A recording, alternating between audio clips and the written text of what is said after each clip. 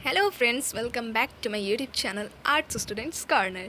आई hope आप लोग बहुत अच्छे होंगे और पार्ट 1 देखने के बाद ही पार्ट 2 में आए होंगे। अगर बिना देखे पार्ट 2 में आ गए हैं तो अभी जाइए और पार्ट 1 देखिए, मज़ा आएगा आपको। पूरे चैप्टर को लाइन बाय लाइन एक्सप्लेनेशन समझ में आएगा। हर एक लाइन का मतलब समझाया गया है पार्ट 1 पार्ट 2 दोनों में। तो पहले पार्ट 1 देखिए, उसके बाद पार्ट 2 देखिएगा। तो बिना देरी के अब हम लोग इसको शुरू करेंगे। चैप्टर छोटा सा था बट मैंने एक्चुअली आप लोग बोर ना हो जाए, एक लेक्चर एकदम लंबा सा बोरिंग सा ना हो जाए, इसलिए मैंने इसको 2 पार्ट्स में डिवाइड कर दिया है। तो पार्ट 1 मैंने डाल दिया है। अब हम लोग स्टार्ट करेंगे पार्ट 2, जिसमें कि हम लोग पढ़ेंगे यहाँ से rocks roll down crack and hit each other. तो यहाँ से हम लोग इसमें पढ़ेंगे। इसके पहले का जो भी एक्सप्लेनेशन है वो पार्ट 1 में है, तो आप लोग वहाँ जाके अवश्य देख लीजिए।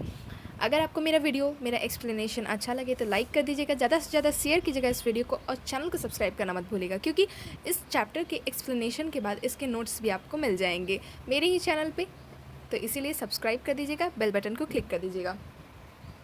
तो बिना देरी के फटाफट से शुरू करते हैं। आप अपने साथ बुक्स भी खोल लीजिएगा, आपको चैप्टर को समझने में और आसानी होगी। और अगर आपके पास कम टाइम है, आपको लगता है कि नहीं मेरे पास इतना टाइम नहीं है कि मैं पूरा चैप्टर पढ़ूँ, तो आप मेरे नोट्स भी पढ़ सकते हैं, वो इनफ है। तो अभी वो नोट्स आए नहीं हैं, ये एक्सप्लेनेशन जाएगा, उसके बाद नोट्स आएगा। और एक बात मैं आपको यहाँ बताना चाहूँगी, सॉरी टू मैं आपका टाइम थोड़ा ज़्यादा कंज्यूम कर रही हूँ, बट आप स्किप भी कर सकते हैं चाहे तो वीडियो को।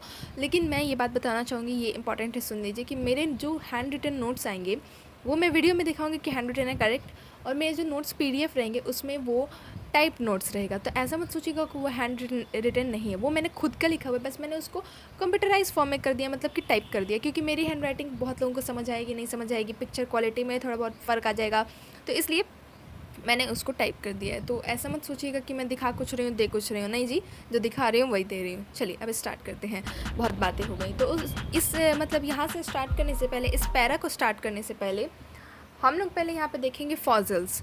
फॉसिल्स वर्ड आपने बहुत बार सुना होगा, ठीक है। डायनासोर के फॉसिल्स जैसे मिलते हैं, कभी कभी आपने देखे भी होंगे फॉसिल्स। तो फॉसिल्स होता क्या है?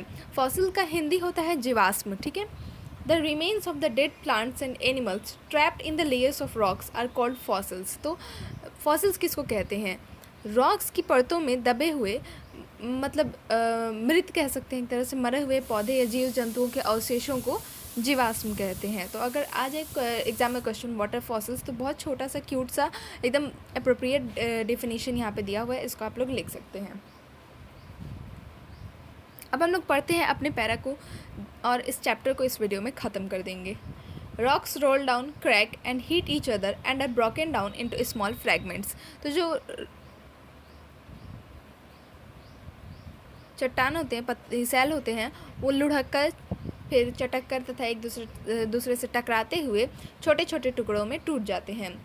These smaller particles are called sediments. और वो जो छोटे छोटे टुकड़ों में टूटते हैं उनको सेडिमेंट्स कहते हैं, हिंदी में उसको अवसाद कहते हैं। These sediments are transported and deposited by wind, water etcetera. तो ये जो सेडिमेंट्स होते हैं विंड के थ्रू या जल मतलब वाटर के थ्रू एक स्थान से दूसरे स्थान तक पहुंच जाते हैं या जमा हो जाते हैं। These loose sediments are compressed and hardened to form layers of rocks. तो फिर ये जो अदृढ़ अवसाद हैं यानी कि सेडिमेंट्स हैं, दबकर और कठोर हो जाते हैं, जिससे वे एक धीरे धीरे, मतलब ग्रेजुअल प्रोसेस से धीरे धीरे करते करते वो एक रॉक का रूप ले लेते हैं, एक सेल का रूप ले लेते हैं, धीरे धीरे परत बनाते हैं और सेल का रूप ले लेते हैं। These type of rocks are called sedimentary rocks. तो इस प्रकार जिन चट्टानों का या जिन सेल का फॉर्मेशन होता है उसको हम लोग सेडिमेंट्री रॉक्स कहते हैं या अवसादी सेल कहते हैं, हिंदी में बोलते हैं अवसादी सेल। For example sandstone is made from grains of sand. तो उदाहरण के लिए जो बलुआ पत्थर होता है वो रेत के यानी बालू के दाने से बना होता है। These rocks may also contain fossils of plants, animals and other microorganisms that once lived on them. तो इन सेलों में ही फॉसिल्स मिलते हैं, पौधों के, जानवरों के और अन्य सूक्ष्म जीवाणुओं के, जो कभी इन सेलों पर रहते थे, ठीक है। Igneous and sedimentary rocks can change into metamorphic rocks under great heat and pressure. तब मेटामॉर्फिक रॉक्स क्या है मैंने बताया था, जानते हैं। मेटामॉर्फिक रॉक्स का हिंदी मैंने बताया था कायांतरित सेल। तो अब हम लोग जानते हैं कि ये होते क्या हैं। तो जो इग्नियस और सेडिमेंट्री रॉक्स होते हैं, जब उन पर बहुत ज़्यादा तापमान होता है और बहुत ज़्यादा दाब होता है, दबाव होता है, तो उसके कारण वे ये मेटामॉर्फिक रॉक्स में ट्रांसफॉर्म हो जाते हैं, चेंज हो जाते हैं, परिवर्तित हो जाते हैं। यानी कि कायांतरित सेलों में परिवर्तित हो जाते हैं। तो काया मतलब होता है ना रूप, और एक तरह से काया परिवर्तन हो गया रॉक्स का। इसीलिए मैंने कहा था कि इसको थोड़ा सा आपको लगेगा कि हाँ थोड़ा साउंड कर रहा है, मैच कर रहा है। बकवास बात था आई थिंक, नहीं इतना बकवास नहीं था, पर कहीं ना कहीं था। मैं उसको एक्चुअली आप लोग को अच्छे से अपनी बात को रख नहीं पा रही हूँ। For example clay changes into slate and limestone into marble. तो उदाहरण के लिए हम देख लेते हैं कि चिकनी मिट्टी स्लेट में और चूना पत्थर संगमरमर में परिवर्तित हो जाता है समय के साथ, जब उस पर उच्च ताप और दबाव के कारण।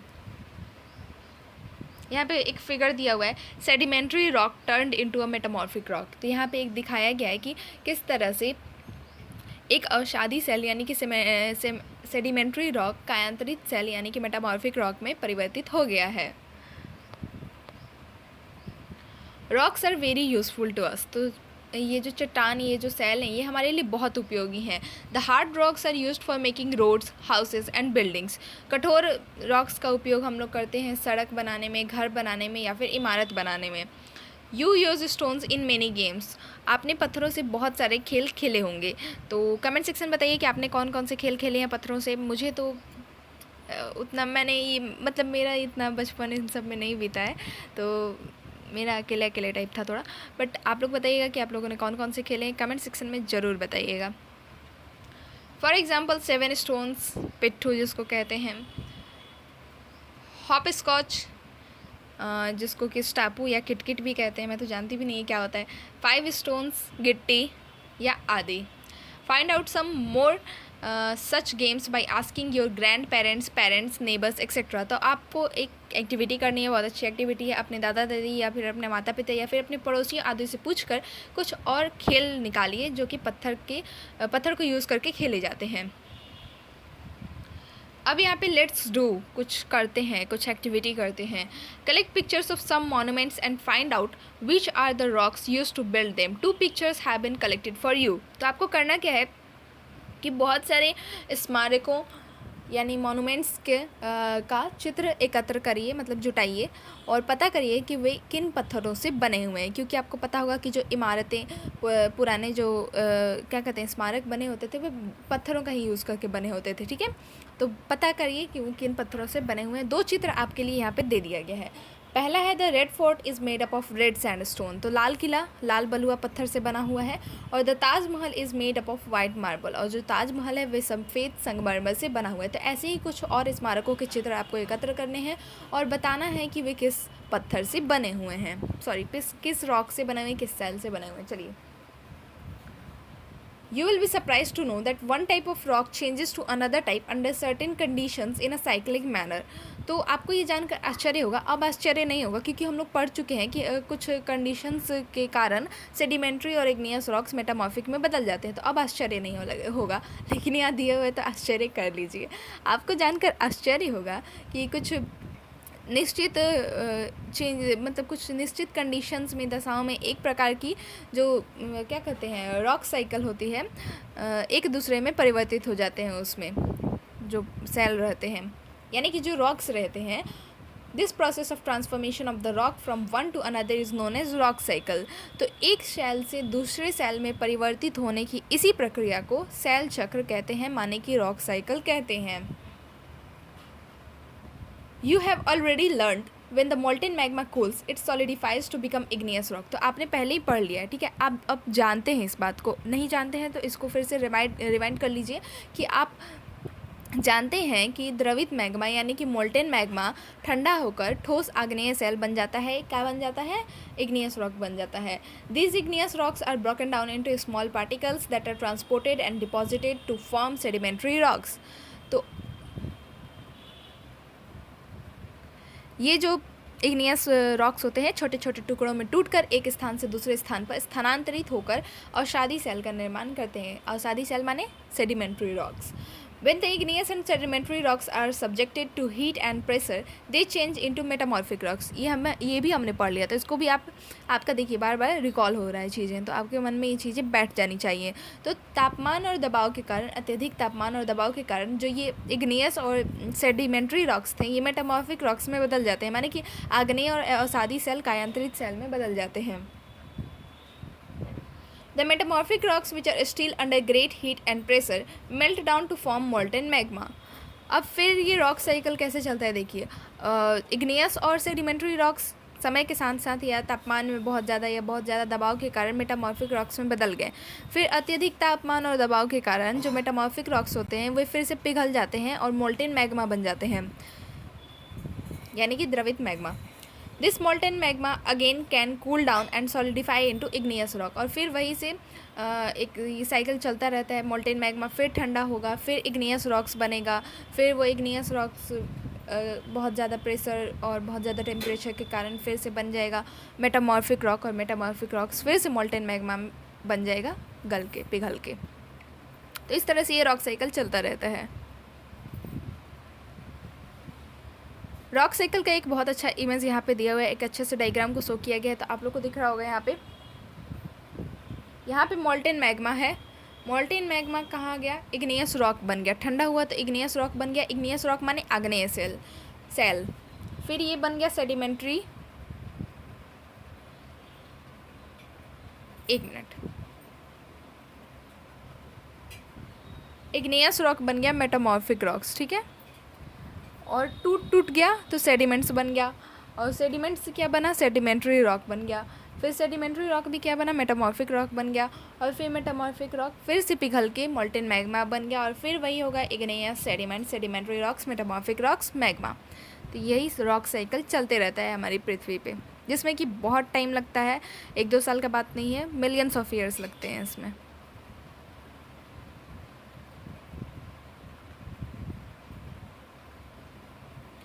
फिर से एक लेट्स डू यानी कि एक एक्टिविटी दिया गया है। What are the minerals found in your state. तो आपके राज्य में, आप जिस भी राज्य में रहते हैं उसमें कौन कौन से खनिज पाए जाते हैं आपको बताना है। ये आपकी एक्टिविटी है जो कि बुक में दी गई है, तो ये आपको करना है और कमेंट सेक्शन मुझे बताना है कौन कौन किस राज्य से बिलोंग करता है और वहाँ पे कौन कौन से खनिज यानी कि मिनरल पाए जाते हैं। तो उसकी एक लिस्ट बनाइए और मुझे कमेंट सेक्शन में दिखाइए, बताइए, जो भी कर सकते हैं आप।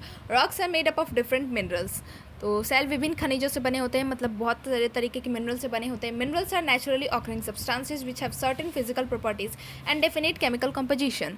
तो एक तरह से यहाँ पे मिनरल का डेफिनेशन दिया हुआ है, ठीक है, परिभाषा दी हुई है खनिज की।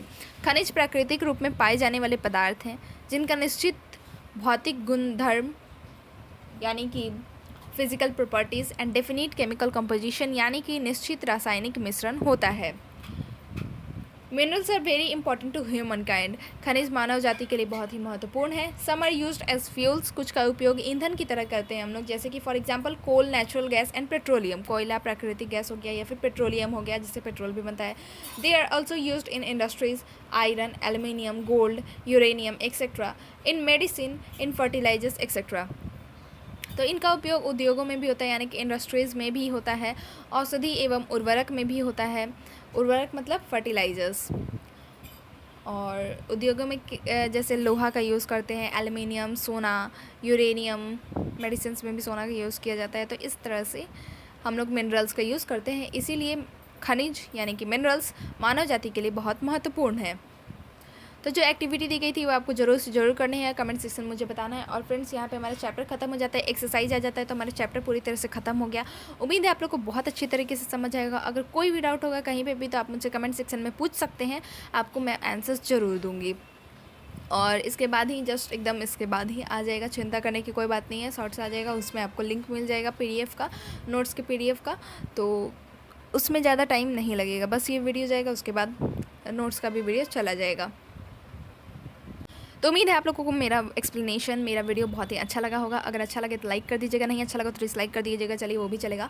ज़्यादा से ज़्यादा शेयर कीजिएगा मेरे वीडियो को अपने दोस्तों के साथ, बहुत सारे जिनको भी आप जानते हैं, जिनको भी पहचानते हैं, उनके साथ शेयर कर दीजिएगा। अगर कोई सरकारी नौकरी की तैयारी करिए तो उसको भी आप मेरा वीडियो शेयर कर दीजिएगा, मेरा चैनल भी शेयर कर दीजिएगा। और हाँ, स्टे ट्यून्ड, क्योंकि नोट्स, एक्सप्लेनेशन, एक्सरसाइजेज सब कुछ मिलेगा आपको मेरे वीडियो पे। भले थोड़ा टाइम लग जाए, भले मैंने अभी थोड़ा बहुत काफ़ी टाइम से मैं एकदम एक्टिव नहीं थी। क्यों नहीं थी? क्योंकि मैं आप ही लोग का तैयारी कर रही थी। नोट्स वगैरह प्रिपरेशन में टाइम लगता है थोड़ा, मतलब एक साथ सारे क्लासेस का करना है तो टाइम लगेगा ना। तो बस इतना ही कहना चाहूँगी। सब्सक्राइब कर दीजिएगा। मिलते हैं नेक्स्ट वीडियो में नेक्स्ट चैप्टर के साथ, तब तक के लिए stay tuned. Thank you for watching the video.